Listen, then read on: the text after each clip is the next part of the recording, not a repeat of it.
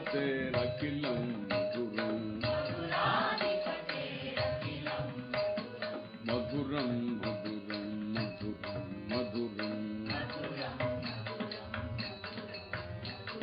Madhuram, madhuram, madhuram, madhuram. Madhuram, madhuram, madhuram, madhuram. Madhuram, madhuram, madhuram, madhuram. Madhuradhipaterakhilam madhuram.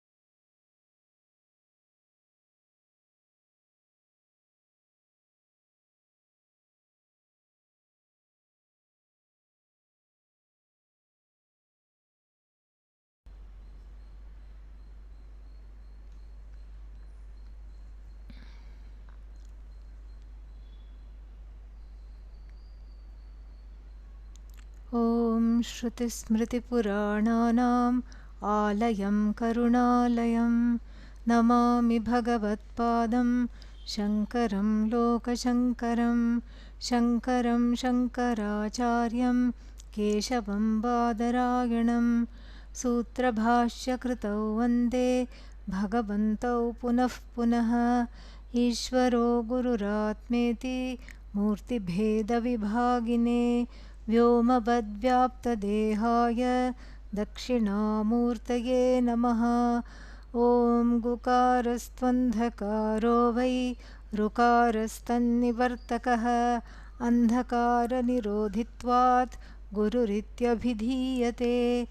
ॐ सहनाववतु सहनौ भुनक्तु सह वीर्यङ्करवावहै तेजस्विनावधीतमस्तु मा विद्विषावहै। ॐ शान्तिः शान्तिः शान्तिः।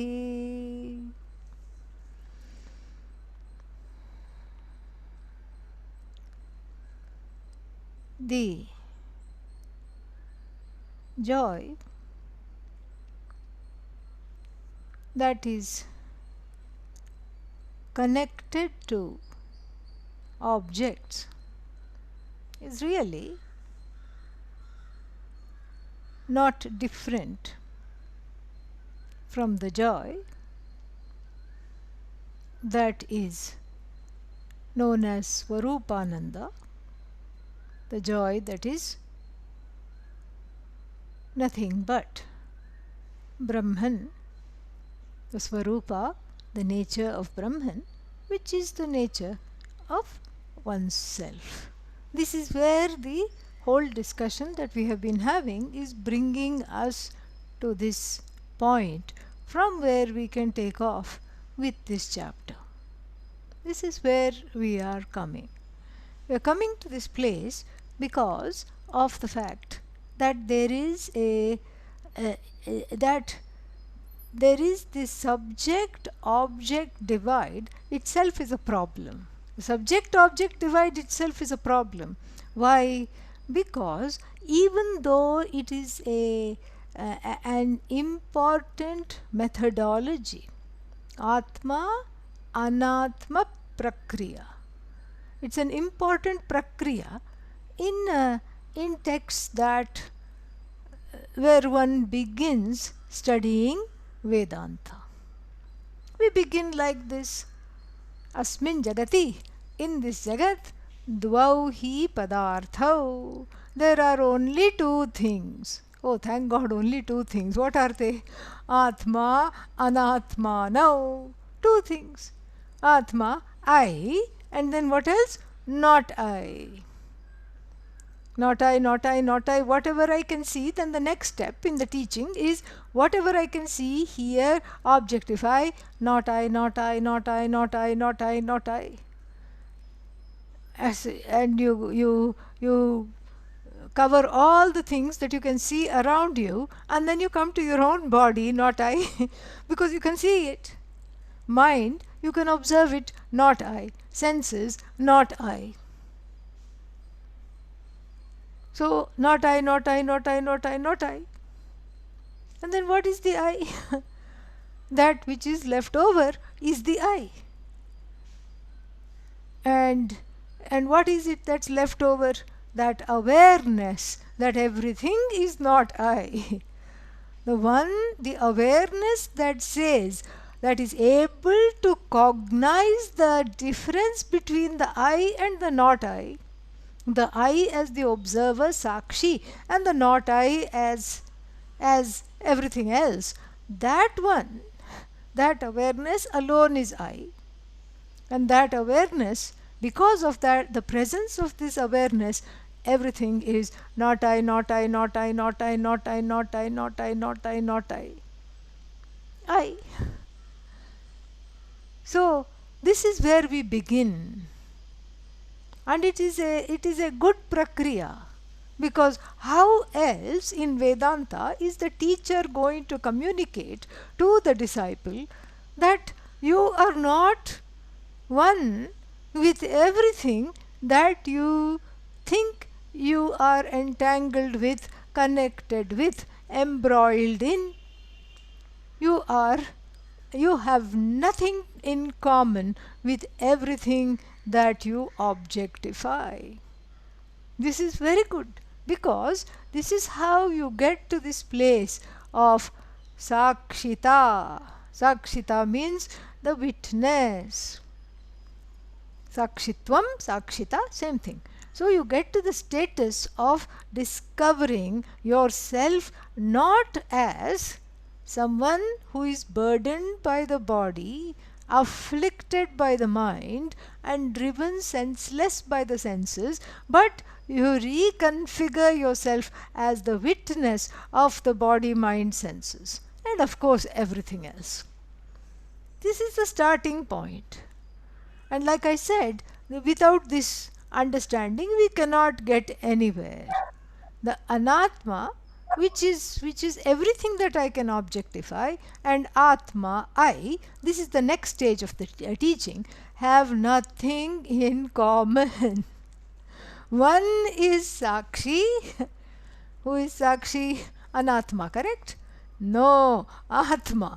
I am the Sakshi. Yeah, you have to pay close attention. You can't just nod at everything I say, because this was a sudden quiz. Okay, yeah. So this is what it is. Sakshi, I.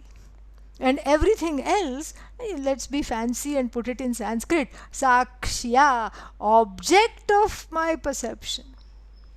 I am the subject. Everything is the object. And the relationship between the subject, I, and the various objects which I classify, which I categorically name and frame, and then put aside, which has a utilitarian value, all this naming and everything. So this I, what does the Sakshi have in common with the Sakshya? Very interesting question. The answer is nothing. Nothing at all. There is one poem, I don't know who wrote it. Owl and the pussy cat went to sea in a little pea green boat. They took some honey and some money wrapped in a 5-pound note. Like this, there is the love story of owl and pussy cat. Predator and prey.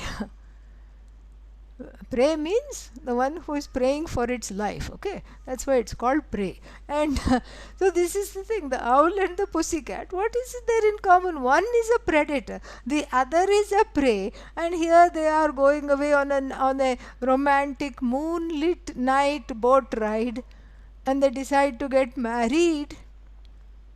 And then the one who officiates is the pig. A pig officiates the marriage between the cat and the owl.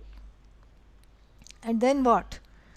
and then the pig gives the ring which is at the end of his nose. This is this is a very fanciful story.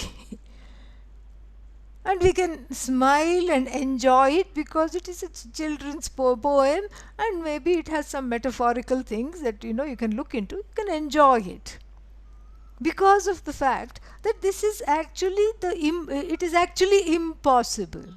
If the owl is small, the cat will have it for breakfast or dinner, and if the owl is big, the talons of the owl will catch hold of the cat and give it moksha. This is what will happen. Instant moksha will happen for the cat.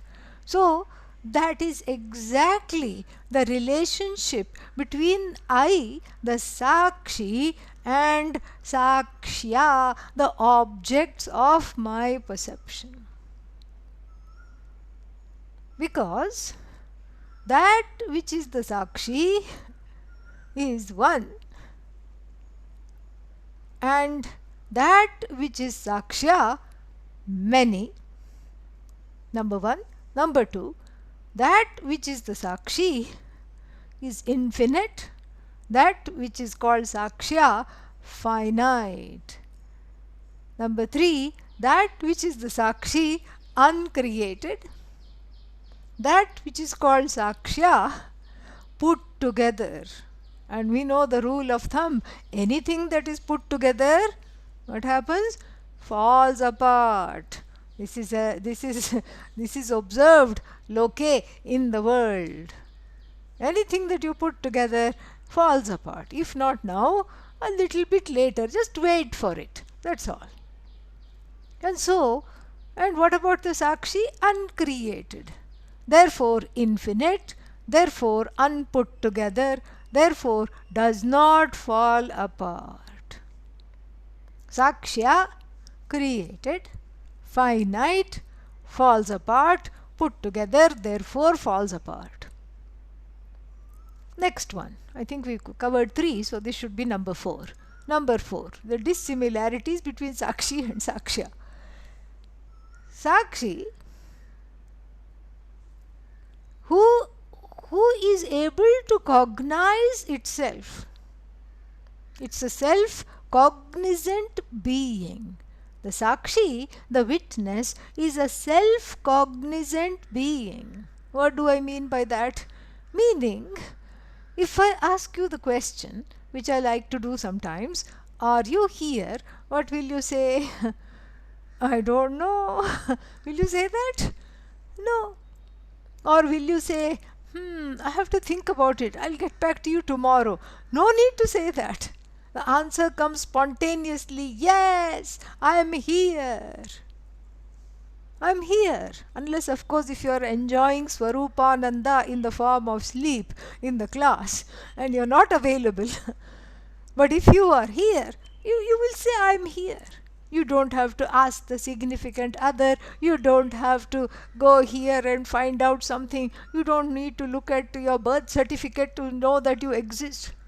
In other words, the proof of your existence is not needed because your existence is self-proven. Who are you? Sakshi. So the Sakshi's existence is self-proven. But what about the Sakshya? What about all the things that you look at and all the things that you can objectify? What about that? What about all those things? Their existence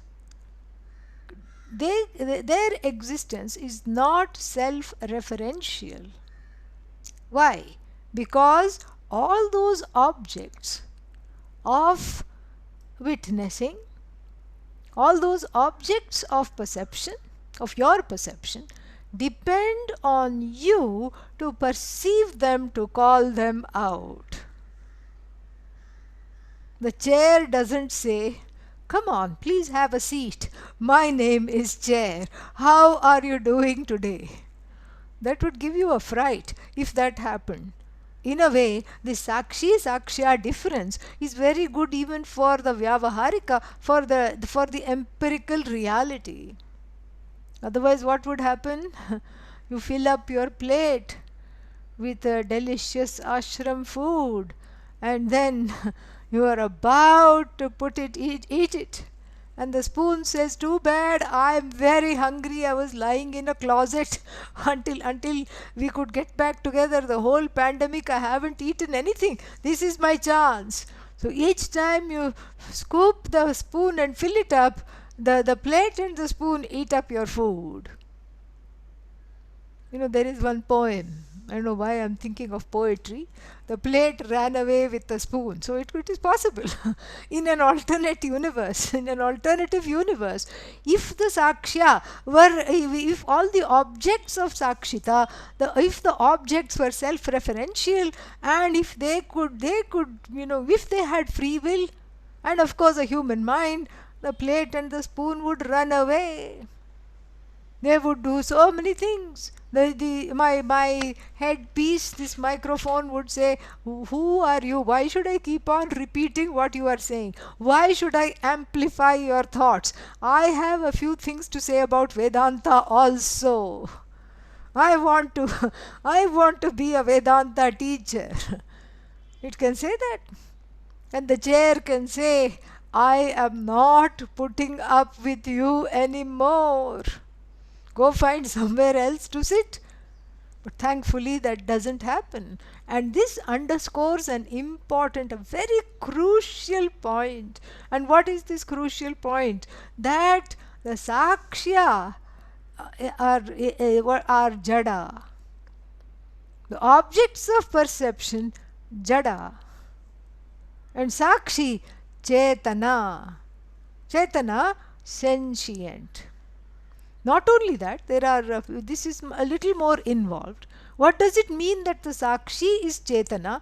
Means it is aware of, one is aware of one's own existence and the existence of all other things in the universe becomes evident to oneself. This is what it means.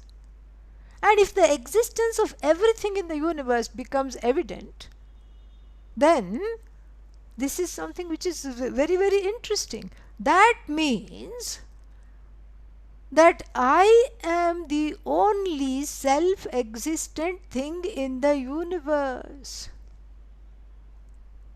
This is not small. You see, from the small little goo gaga Vedanta baby talk, object and subject, how far have we come? Very far. Now it is getting into very profound stuff, of which the 15th chapter is made. And so, in other words, to put what we just said differently, the Sakshi enjoys an existence that is unfettered, whereas that which we call Sakshya, objects of perception, their existence is dependent on the Sakshi. They are not self-evident, they are not self-luminous. Next difference, Sakshi, one and only Sakshi. How can you say that? Well, because I am the witness. So I am witnessing you right now. And the Swami is becoming evident to you right now. So how can you say there is only one Sakshi? So many people in the class and everybody is witnessing each other means what? There should be many Sakshis. Why not say there are many Sakshis? Because we are not logicians, we are not Nayayikas, we are Vedantins. Because the source of the Sakshita is one. There cannot be many Sakshis because of the nature of the Sakshi, as we saw, is uncreated and limitless. How many limitlesses can we have? let's go with the working definition and say there are two things that are limitless. And just listen to this. There are two things that are limitless. Means what? Each one is delimiting the other. So when we say limitless, limitlessly self-conscious, limitlessly self-existent, there can only be one. There is only one subject. Ekameva advitiyam, to quote the Chandogya Upanishad, one without a second. There is only one. How can there be anything else? Not possible at all. Only one. And so therefore, this is something very, very beautiful. Only one without a second. And therefore, what about the Sakshya? Many, many, many things. Then, the final thing, the final difference between the Sakshi and the Sakshya is that both these entities do not occupy the same reality. Because one, namely the Sakshya, is dependent upon the Sakshi. Therefore, they cannot occupy the same reality. One is dependent, like even a shadow, and the other one is all light. A light that casts the shadow, and the shadow. Between you and your shadow, what do you have in common? Nothing. Nothing at all. You are the one who is casting the shadow. The shadow is at best an imitation, a meme, if you want to call it that. The shadow is incapable of going rogue, making its own decisions.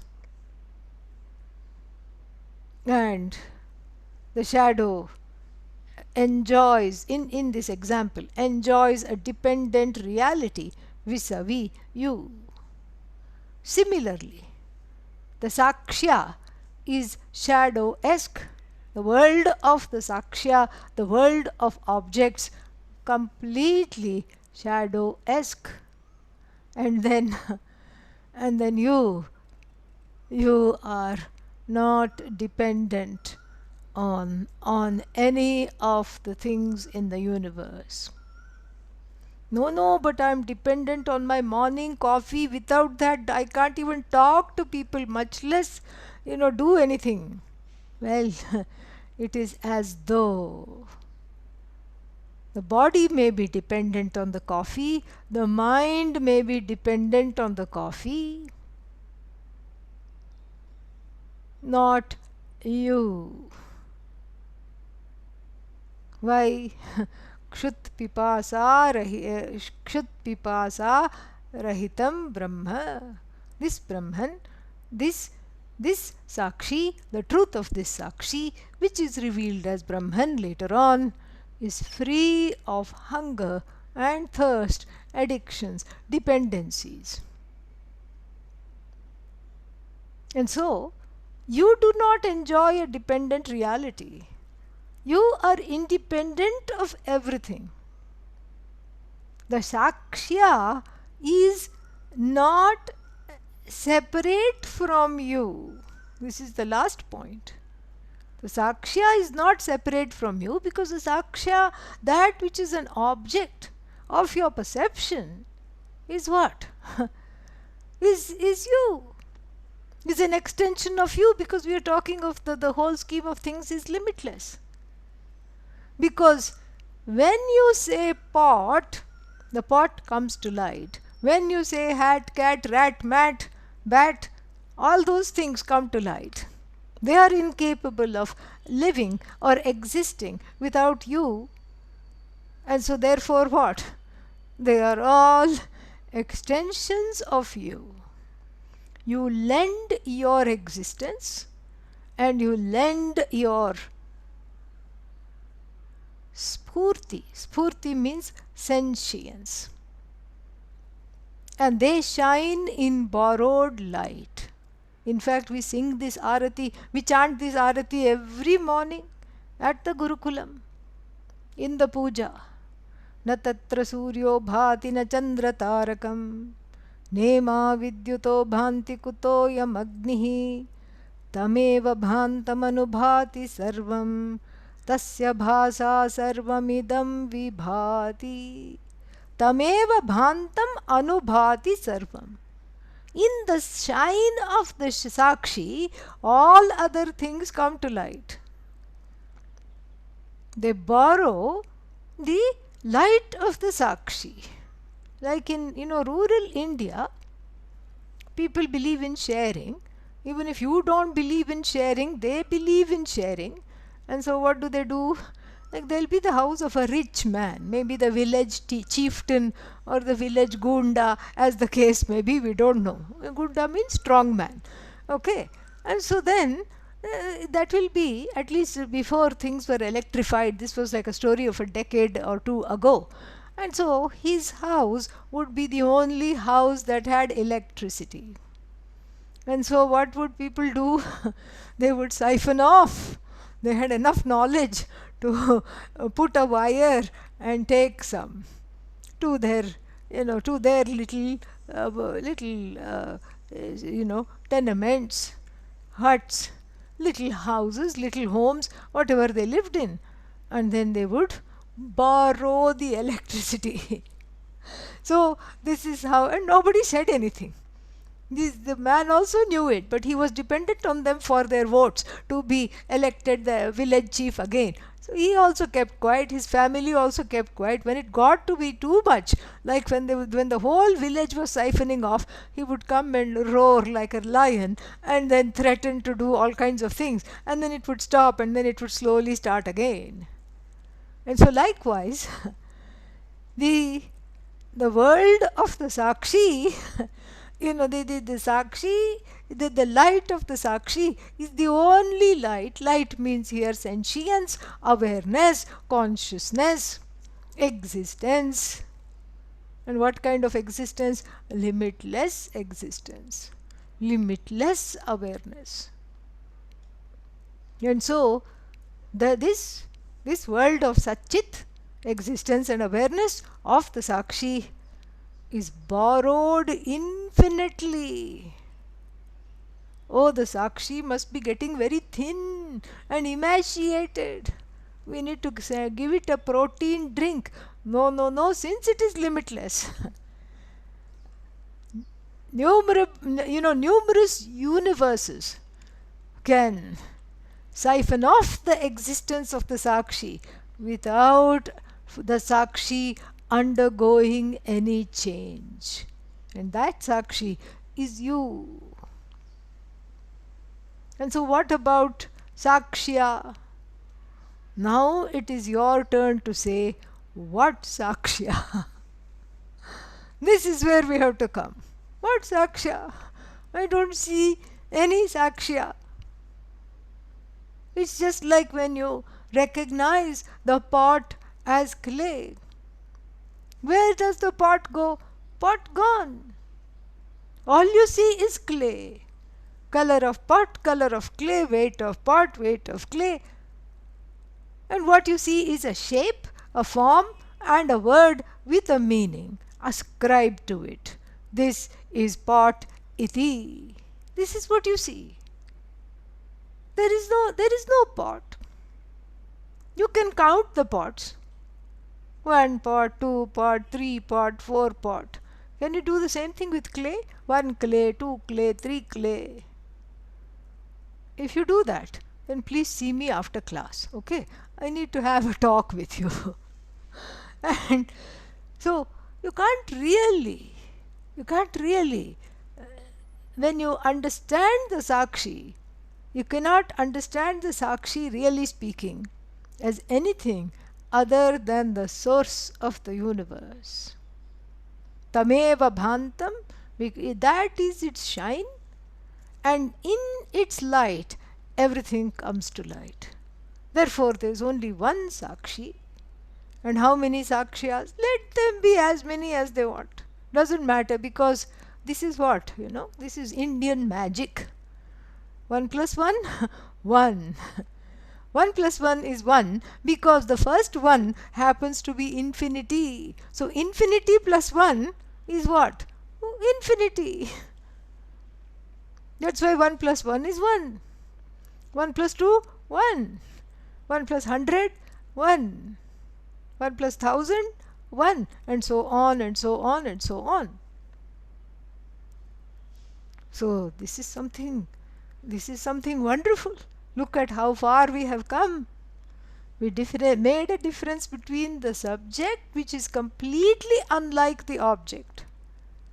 And now, after understanding the subject as the witness in whose light everything shines.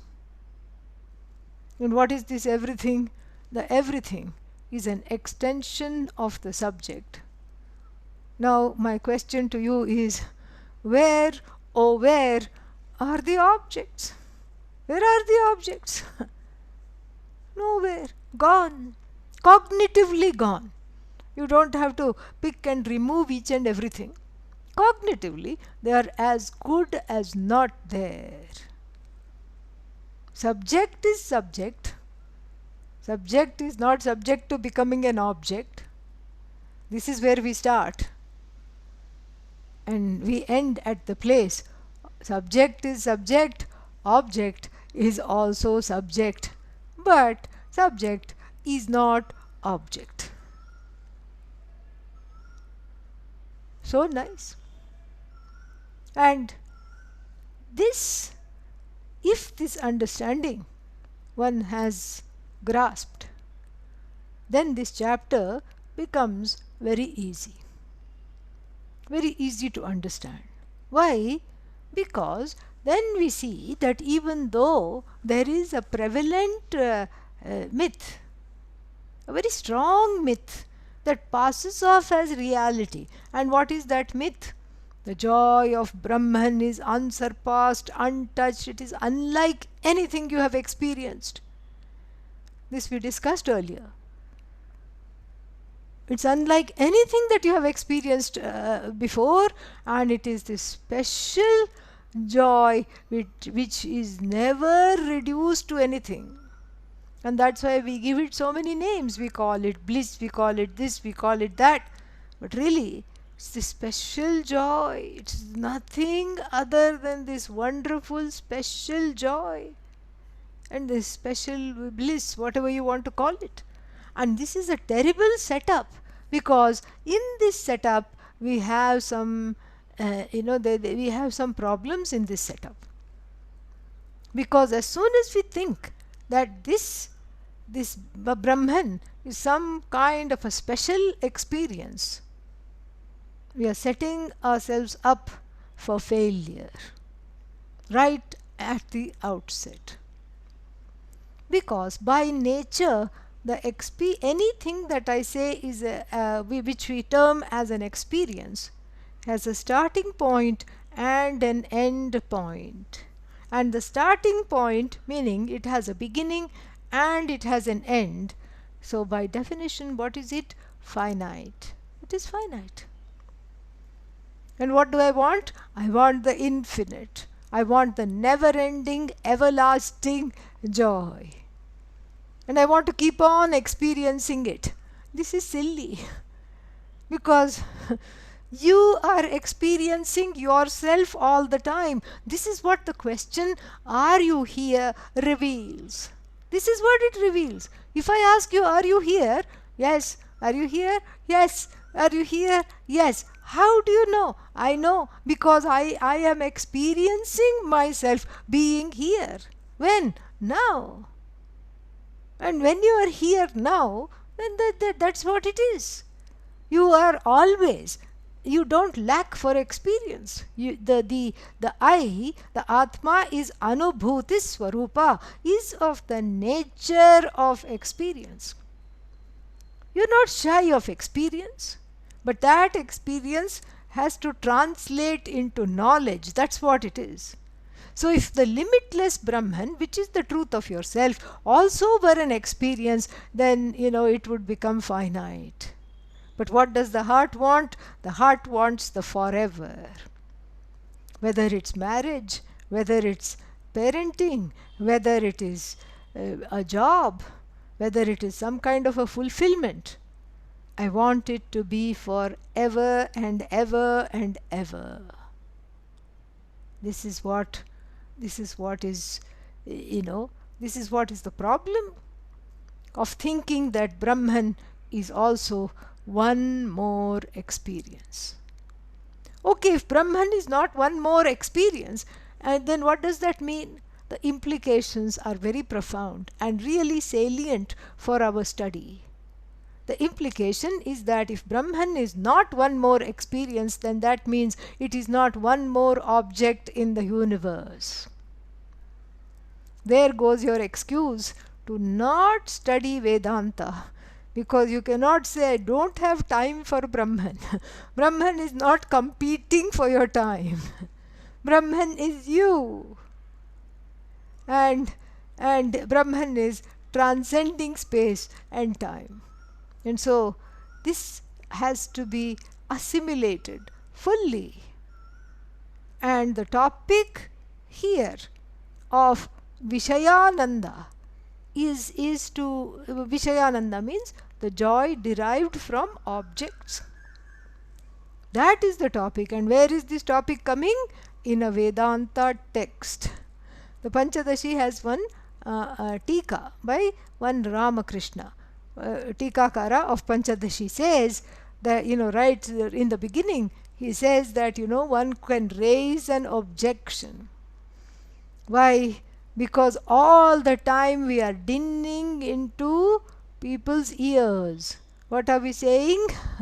We are saying, hey, manage your raga dveshas, transcend all the addictions, get over all this, get over the clinging to objects, go within, look for the subject, connect to the subject, study and inquire into the subject. And then the last chapter is what? The joy of objects. There is a jarring note, Vishayananda. So what is this chapter of Vishayananda doing in a Vedanta book as profound as the Panchadashi? Must we even study this chapter? It looks a little fishy. What is this? What kind of a chapter is it that is talking about this kind of a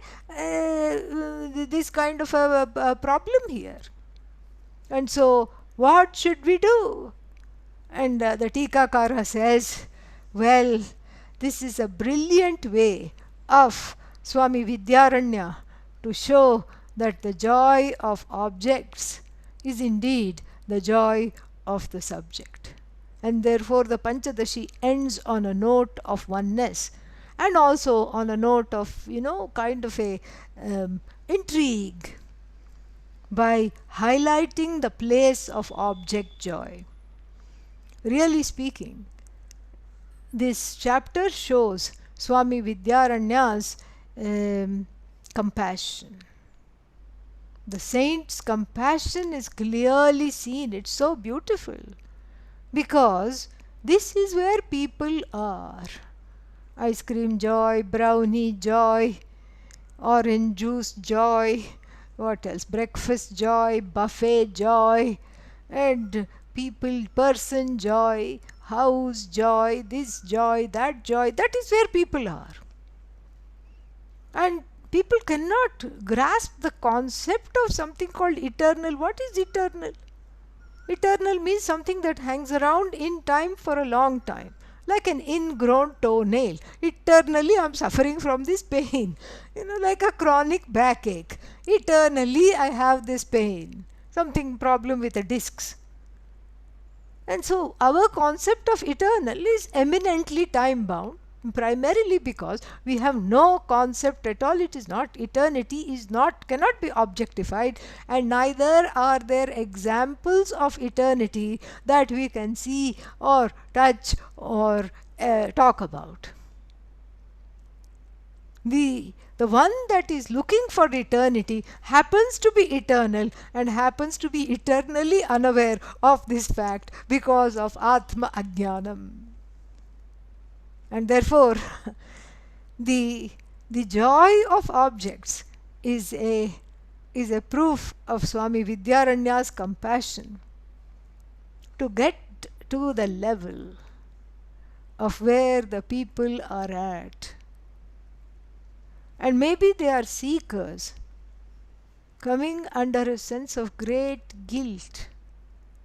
Oh no, I know I'm supposed to be interested in the subject, but I'm addicted to objects. What shall I do? How shall I behave? Where shall I go? These are questions that people have constantly. How to do this? Why to, how to overcome this? I have addictions. I know this is something I need to drop, but it just cannot drop. And so Vedanta will not work for me. Dejection, a feeling of rejection, and kind of a despair can set in. Maybe they are serious sadhakas, but then there are pratibandhas to the study because there is this feeling that the joy of Brahman is completely different from the joy of objects. And therefore, if I am mired in pursuit of the joy of objects, Brahman joy will ever be elusive for me. For such people, this chapter is like a balm. It's wonderful. It's like a balm, and it helps soothe all the agitations, the anxieties of not being good enough for Vedanta, not being enough, all these things. And so therefore, very beautiful. So here Swami Vidyaranya shows that the joy that you seek cannot be other than Brahman, because if Brahman is the nature of Ananda, Satyam Jnanam Anantam, we'll look into that later. So, if it is Ananda, Satchidanandam Brahma, if Brahman is Satchidananda, if Brahman is all Ananda, then how can there be a category called joy connected to objects? Array, I am telling you, I have spent a lot of time telling you there is no such thing called objects. So then the joy connected to the objects, how can it be there? It's like the Adi Shankara's, sarcasm in the Taittiriya Upanishad Bhashya, where he says, look, here he comes. Here comes a young man. Oh, wonderful. Where did he come from? He just emerged, having taken bath in the mirage waters. Mrigatrishnam bhasi snataha. Oh, really? This is starting to sound strange. No. There he is. Look, he's the one who's wearing a flower in his hair. Really? What kind of flower? It's a celestial flower that somehow dropped from the sky. Oh, Khe Pushpa Shekharaha. The one, Khe Pushpa means the unseen, unknown flower that fell out of the sky. And here he comes. Who is he? Vandhyaputraha. Vandhyaputra means the son of a woman who cannot bear a child. Forget, even by IVF or surrogacy, it did not happen. Son of a woman who is childless. Here he comes.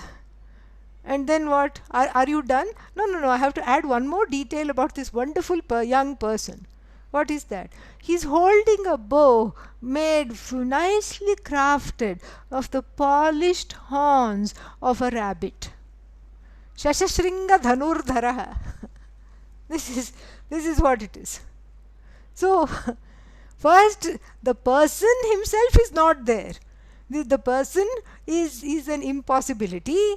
The person is non-existent. So the non-existent young boy of a mother who is unable to bear children in whichever way, medical way you can see, and then this non-existent boy has come out of taking bath in non-existent waters and is wearing a non-existent flower and carrying a non-existent horn of a rabbit. So here the same thing applies. Here we are saying there is no such thing called object other than the subject separate from the subject. And then you are asking the question, but what about the joy connected to the object? Array, if the object itself is not there, what about the joy connected to the object? It will be just like this, this phrase of Adi Shankara from the Taittiriya Bhashya. Very, very interesting. And so, what about the joy of objects? Let us see what the writer Swami Vidyaranya has to say. अथात्र विषयानन्दः ब्रह्मानन्दांशरूपभाक् निरूप्यते द्वारभूतः तदंशत्वं श्रुतिर्जगौ. He starts this verse with the word atha. Atha is a word that is mangala suchaka, mangala vachya, meaning it's an auspicious word. How do we know it's an auspicious word? Because there is a verse that describes how auspicious it is. Omkarascha atha shabdascha dvau etau brahmanah pura kantham bhitva viniryatau tasmat mangalikau ubhau. There is a story, a Puranic story, that Lord Brahmaji created the world of what? Objects, of course. and then he said Om, and he said Atha, and because he said this spontaneously, because he was happy with the creation.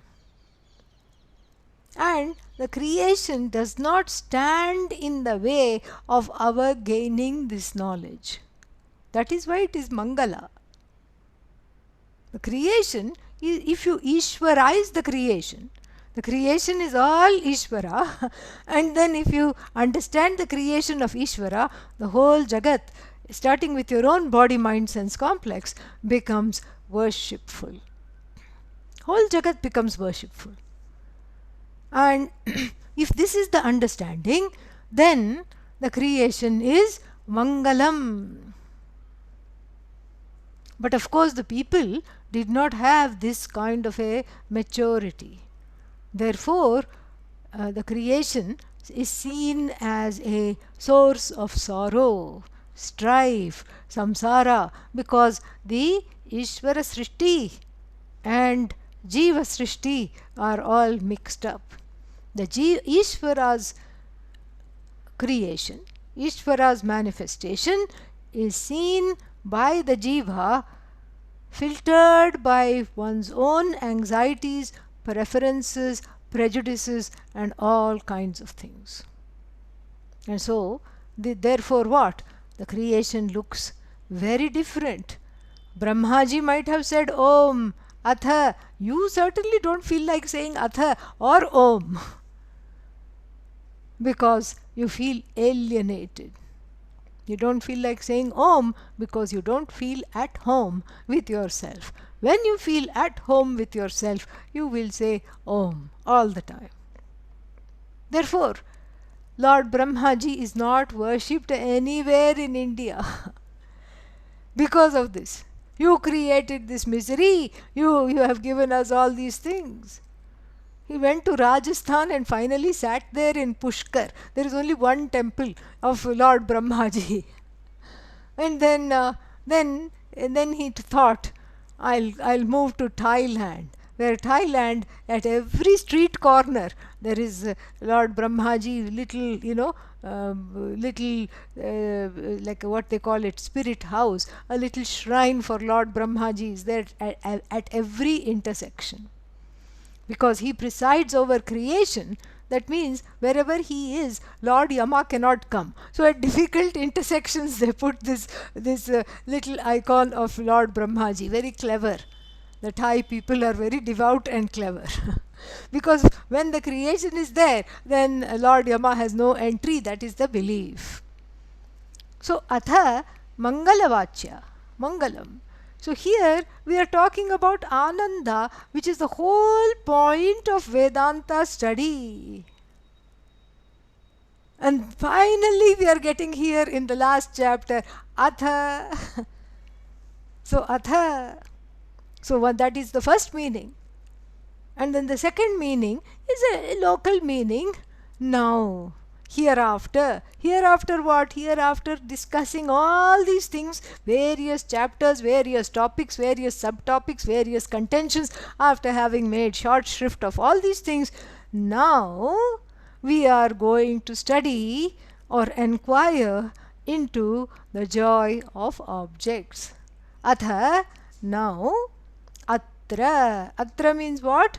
In this chapter. Right here. Here means in this chapter. So, what are we going? What is happening in this chapter? Atha, atra, and we have to go straight to the verbs. There are two verbs here. Nirupyate. Nirupyate is elucidated, is unfolded. Passive voice. And I tell you, there is the passive voice is very, very strong in Sanskrit. In English we say, oh, don't use the passive voice. No such thing, no such rule exists in Sanskrit. Passive voice is for humility. Because he is saying, he is not saying Maya nirupyate. Guru paramparaya nirupyate. He is not saying by me this is being elucidated. He is in fact placing himself as a carrier of this knowledge, as a sampradaya with rather than a sampradaya krit. Sampradaya with, the one who knows and enjoys the sampradaya, rather than someone who is an upstart, someone who starts a sampradaya. So he says nirupyate, it is unfolded.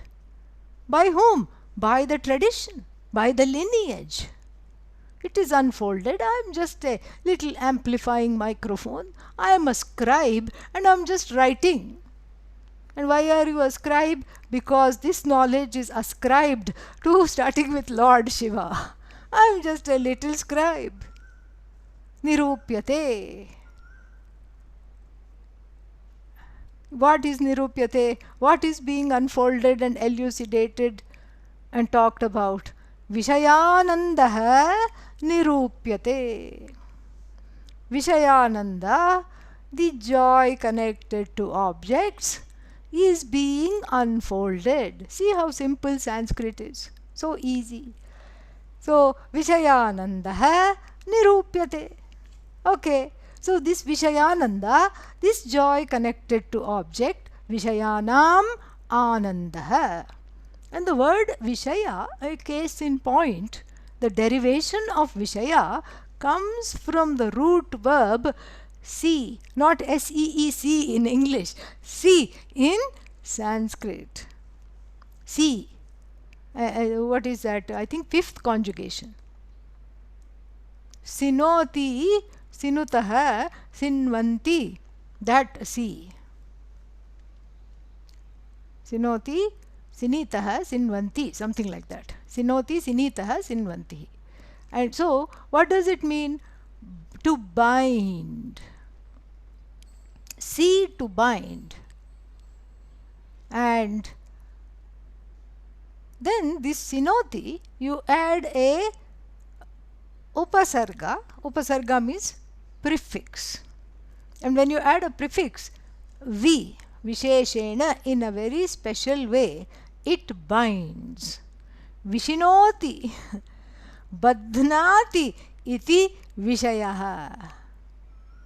So what is the translation of the word for object in Sanskrit? Very simple. That which binds you to it is called objects. Objects are that which tie you up, that which rob you of your freedom is object. Very nice. So Vishayanam Anandah. So this seems like an oxymoron, because how can you have happiness from things that constantly bind? How is it even possible that you can have happiness from things that bind? But this is the craziness of samsara, that we are seeking happiness in the very things that bind and that inhibit the happiness. So atha atra, right now here, Vishayanandah nirupyate. And the word Vishayananda, objects, the joy connected to objects, is qualified by two adjectives. Brahmanandamsha Rupa Bhak. This is a mouthful of for the first adjective. It is in apposition to Vishayananda. Vishayananda, singular, nominative, and Brahmanandamsha Rupa Bhak, singular, nominative. And the other adjective is Dwara Bhutaha. Dwara Bhutaha. We'll see the meaning. Another, again singular, nominative. Meaning, the word Vishayananda is in apposition with these two adjectives. It agrees in case, gender, number. So what is this Brahmanandamsha Rupa Bhak? Bhak means enjoyer, the one who is entitled. So who is this enjoyer? This Vishayananda is the enjoyer. Enjoyer of what? Of the status of being an amsha. Amsha means a little piece, a little part of what? Of Brahmananda, of the Ananda. We cannot say of Brahman, because then it is like saying the head of Rahu. Who is Rahu? All head. Okay, a planet, a shadow planet who used to be an asura, and it is all head. Okay, Rahu means all head. And so Rahoho Shiraha, Rahu's head, if we say, then the sixth case, the Shashti here, is the usage of the sixth case is Aupachariki. Aupachariki means it's just for the name's sake. Rahu's head. Rahu is nothing but all head. But here we are talking of Rahu's head. And so, like this, Brahmananda again is like saying, if you translate if you decode the compound Brahmanaha Anandaha Brahmanandaha, if you do a sixth case compound called Shashti Tatpurusha, then you are in hot water. The Ananda that is of or connected to or belonging to Brahman. Then we are in the waters of Dvaita duality.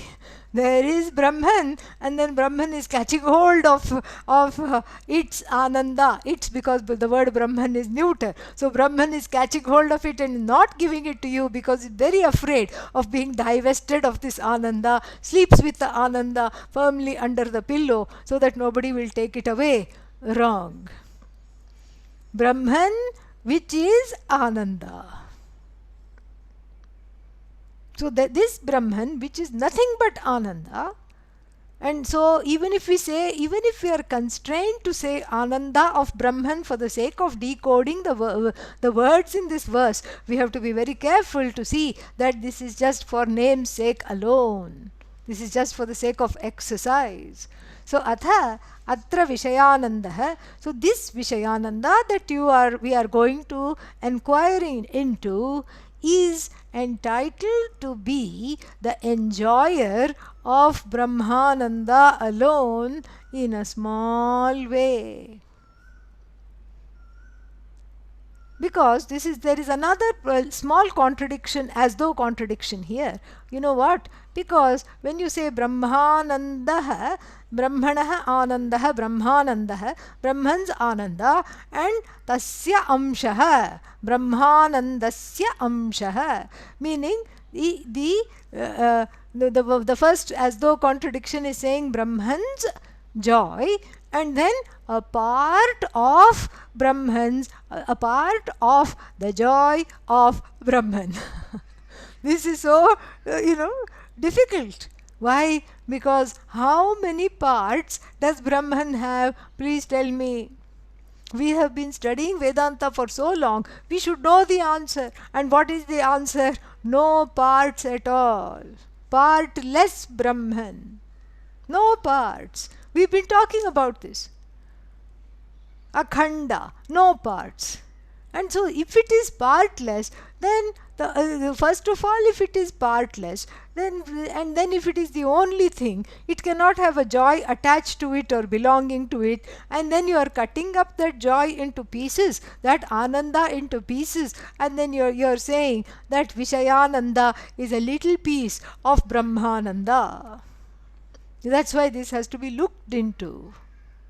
Brahmananda Amshaha. Amshaha here means a poor reflection, a sad reflection. And why is it seen as Amsha? Because it is not fully blossomed. This Ananda has too many obstacles before it comes to light. Too many obstacles, even as it is coming to light. And we talked about the obstacles earlier in the class, in the earlier class. Obstacles in the form of, okay, you love chocolate cake, but you have a stomach ache, etc.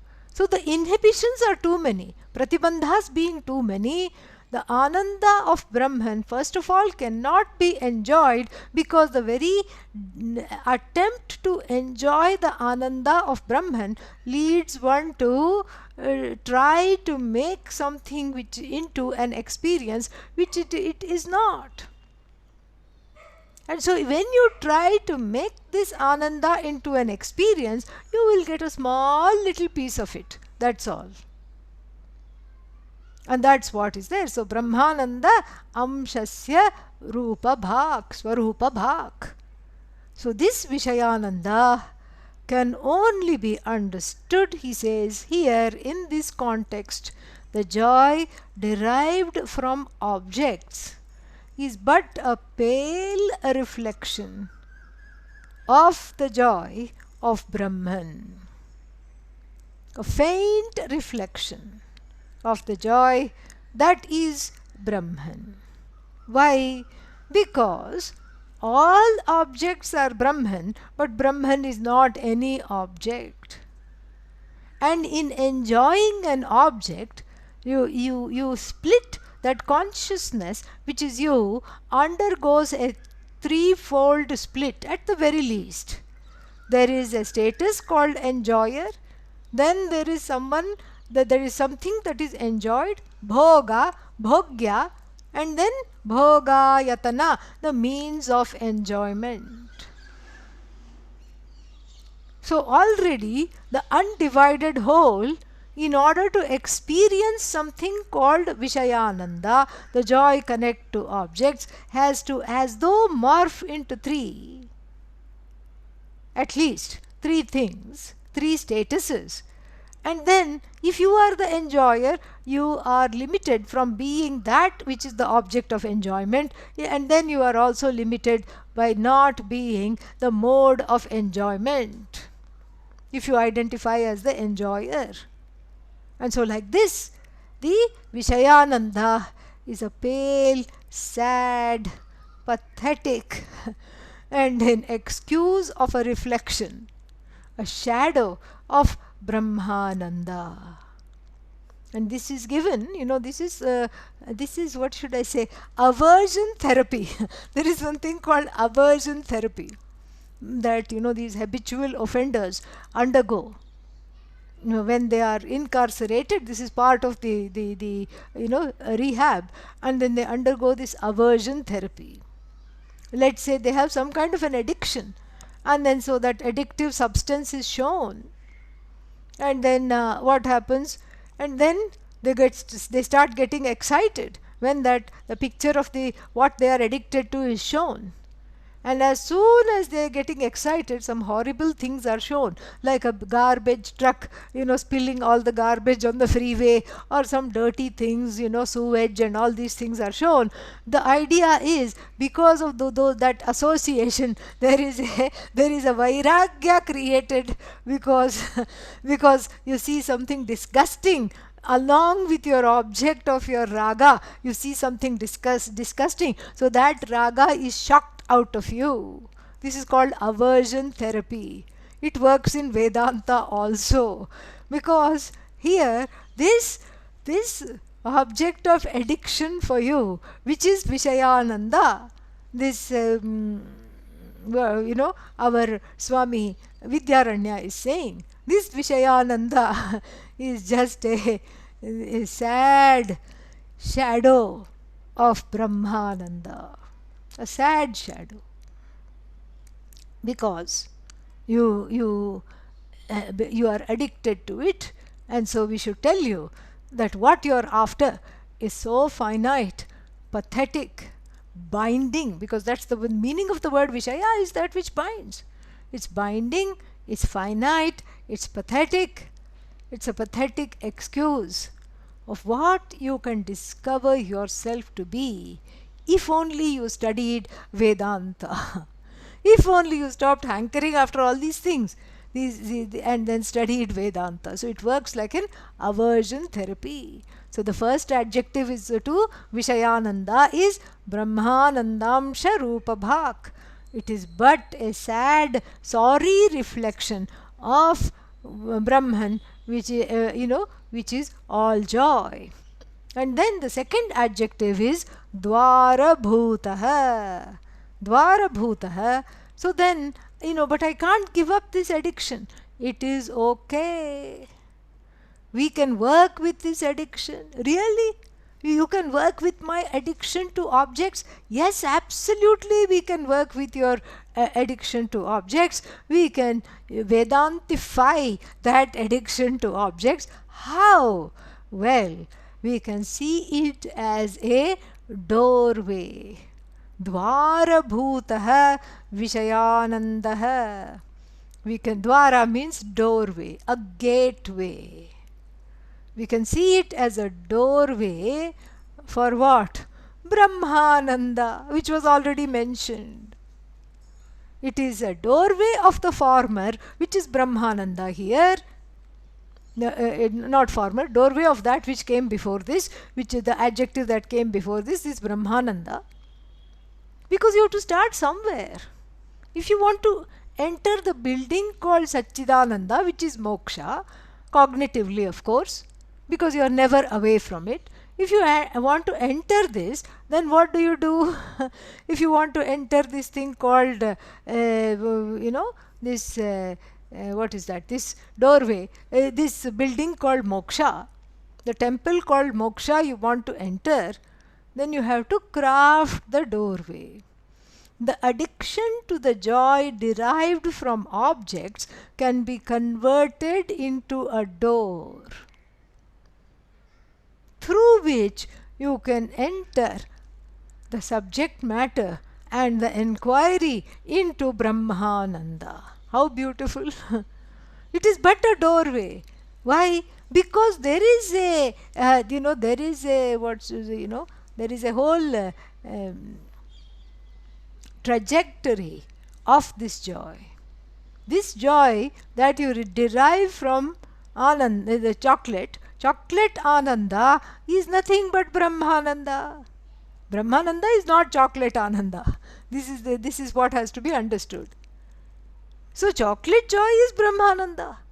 So the chocolate joy become the experience of chocolate joy and the addiction to chocolate joy, if used correctly, and if you surrender this addiction at the feet of the Shruti, at the feet of the Guru, this addiction to chocolate joy, people joy, this joy, that joy, object joys can be transformed into a doorway to show you that this chocolate joy is included in Brahman joy.